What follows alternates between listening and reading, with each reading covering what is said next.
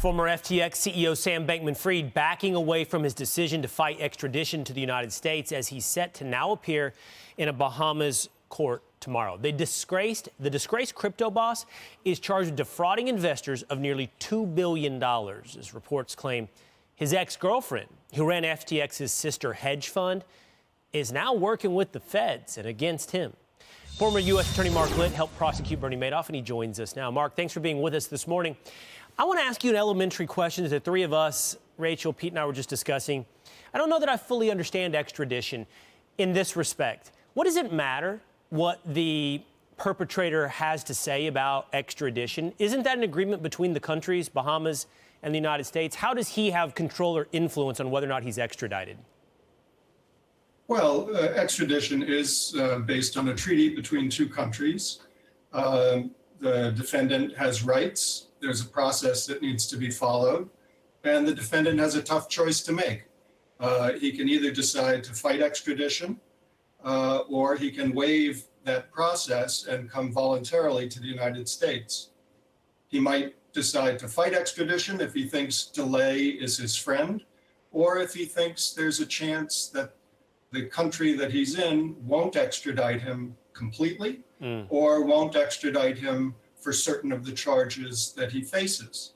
On the other hand, if it's almost inevitable that he's going to be extradited, and if delay is not his friend, which I think is the case here, he may decide to voluntarily waive and come to the United States. Right. It's very difficult to defend oneself against these kind of charges from prison, from jail. It's doubly hard to do so if you're in a foreign country. Really quickly, to understand extradition, family, lawyers, and the like. How long could he, just really quickly out of curiosity, how long is a successful delay? Like, what could he have delayed it? How long? And is the Bahamas a place that perhaps would have not extradited him to the United States?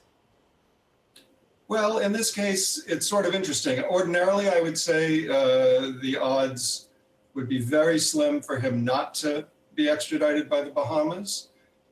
In this case, because several of his companies were based in the Bahamas, and the Bahamas regulators have an interest in him, and perhaps criminal authorities there do as well. Right. The odds are slightly less than 100% that he would be extradited. In terms of how long he could delay, I understand in the Bahamas, appeals go as high as the Privy Council in London, and you could delay 2-3 years, maybe more. Oh, wow.